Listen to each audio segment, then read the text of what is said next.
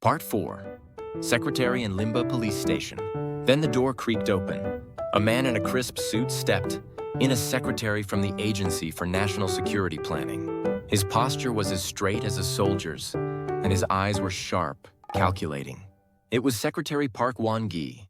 He gave a short nod, and he said to Officer, "Remove their handcuffs." The sudden clinking of metal broke the tension for a moment, but his gaze immediately grew harder, carving through the air. He stood in silence, tapping a finger against the papers in his hand, as if weighing their meaning against our worth. "Your call stirred up the embassy," he began, his voice low but cutting. "The ambassador and I, as you know well, we should work quietly and then be transferred to a better country." What the hell happened? He flipped through the pages without looking up. Kim Min-cheol, this man ran off with the locals into a rebel zone in Nigeria. Does that make any sense to you? You knew that could happen, didn't you? My heart thudded in my chest. Peter's expression froze. Yoon Tai-ho muttered under his breath. "As for his whereabouts, I'll report as soon as I confirm." The secretary frowned. "Does that mean you have something to report? Or that you already know and can't say?" He leaned forward, lowering his voice, until it pressed against the space between us. "Answer me, Truthy. If you lie here, I won't be able to protect you." For a long moment, silence filled the room like water. Taeho's eyes drifted to the floor. Peter bit his lip and stared at the desk. Sweat rolled down the back of his neck. Secretary Park read our faces one by one. A faint, humorless smile passed over his lips. "Good.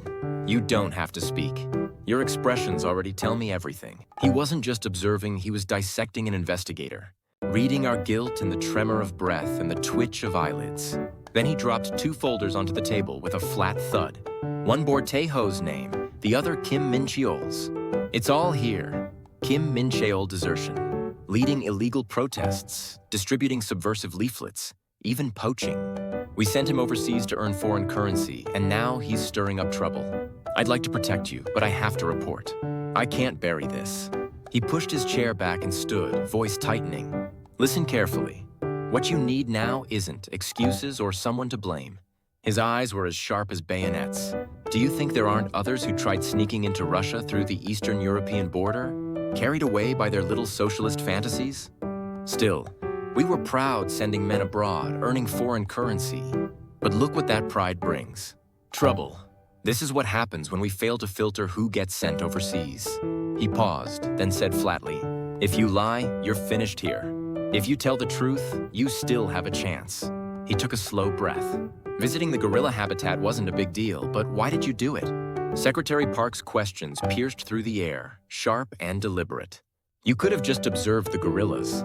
Why take such risks?" I answered quietly, almost deferentially. "I thought gorilla hunting might bring in some money." "Money? You crossed borders at will, smuggling?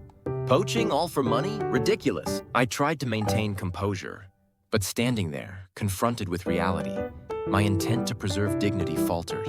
His gaze cut deep, his voice resonated like a bell. "Poaching gorillas is a serious crime." In the dim silence of the photo studio, Taeho swallowed hard. Only the low hum of the machinery filled the space. His eyes traced the silverback's gaze in the photographs we had developed. The gorilla family in the photos sat in sunlight on the grassy plain. Females held their young close, while males lounged lazily, backs pressed to the earth. Their lives seemed untouched by the human chaos encroaching beyond the frame. Min-cheol pressed forward, voice rising. "What's this? Are we hunting gorillas? Sending them to a zoo? Look here." I spoke slowly, trying to draw attention to the truth in the images. "Taeho, it's nearly slaughter. Someone wants to capture the young, isolate the gorillas." The female gorilla's eyes, sharp and fearful, seemed to leap from the photo, echoing in the quiet room. The dark room had once been our sanctuary. Handling film, inhaling the smell of chemicals. We shared thoughts and memories, suspended in the alchemy of development. Time and money, the outside world, everything disappeared there. We were free. Now the dark room was a cage. The cost of photo paper, chemicals, rent, family expenses, Min-cheol's pay, every responsibility pressed on us. The room pressed in with the weight of bills and obligation. Taeho held a sheet of film, letting out a long sigh. "There's no breathing room here. Our freedom existed only in memory, didn't it?" Min-cheol, beside him, studied the silverback's image quietly.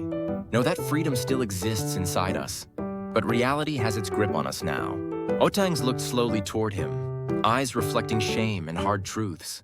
He murmured, "Hunting isn't only for animals. Humans are hunted too, even now."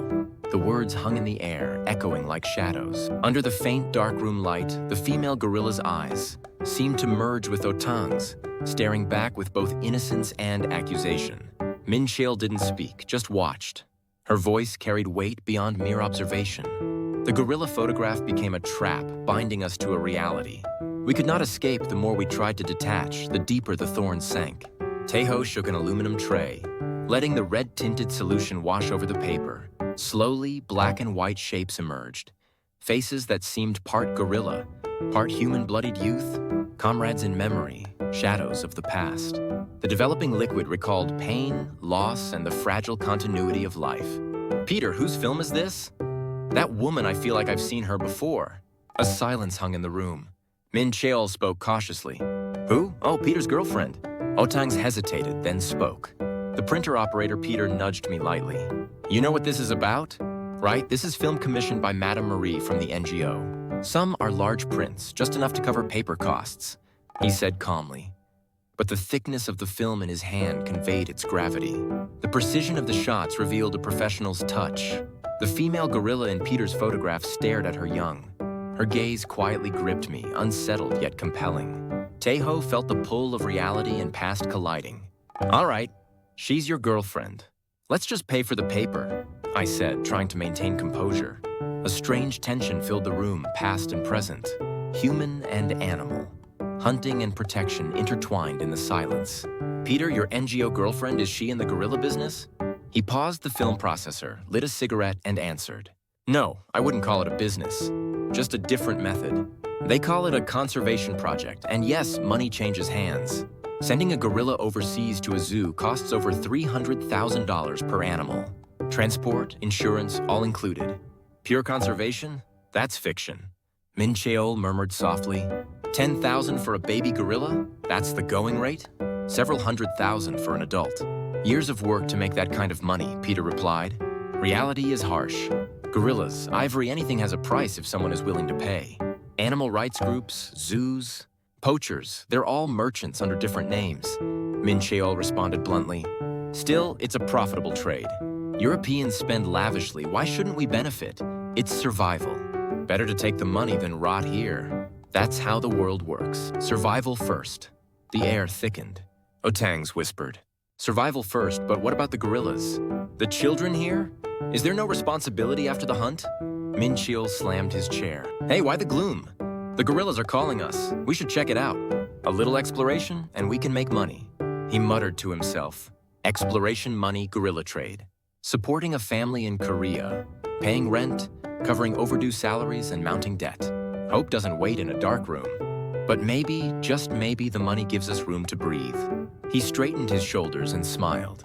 Come on, hunting isn't a big deal. Holiday's coming, let's go. Park, the secretary, pressed on. His questions cut with precision, each one probing the smallest hesitation. Tell me, Taeho, how exactly did you come to meet Kim Min Cheol? Min Cheol's first impression was vivid in my mind, startled by gunfire. Eyes darting left and right, a deer unsure where to run. Youthful face, deep, clear eyes, alert yet fragile. In Gwangju, I had volunteered as an assistant teacher at the night school I ran. I taught writing to youths, delivering newspapers. We added extra lamps in dormitories so their eyes wouldn't tire in the dark. Printed leaflets through the night. When I was on leave, I would take him to music cafes. We listened to the Beatles' Let It Be, singing the chorus side. By side, laughing without reserve. We sipped coffee on quiet streets. Watched. The sun set, shared a beer at a small pub in Gumnam Row. By May, the calm was gone. Our pasts, my history as a suppression. Officer loomed between us, an invisible barrier. We recognized each other but could not speak aloud the truth. That tension connected us, yet isolated us. He taught me a song, brother. Learn just the first verse. Here they come, young souls. Across the fields, singing bright songs, songs of liberation, high and clear. Holding the banner of struggle, they run with power, dazzling Mujinju. Across the open plains, at the dawn of the blooming flowers, following the sound of the iron trumpet, the azalea's crimson heart, here they come. and will not retreat. Breaking the chains, may marches on, and today we shall not yield.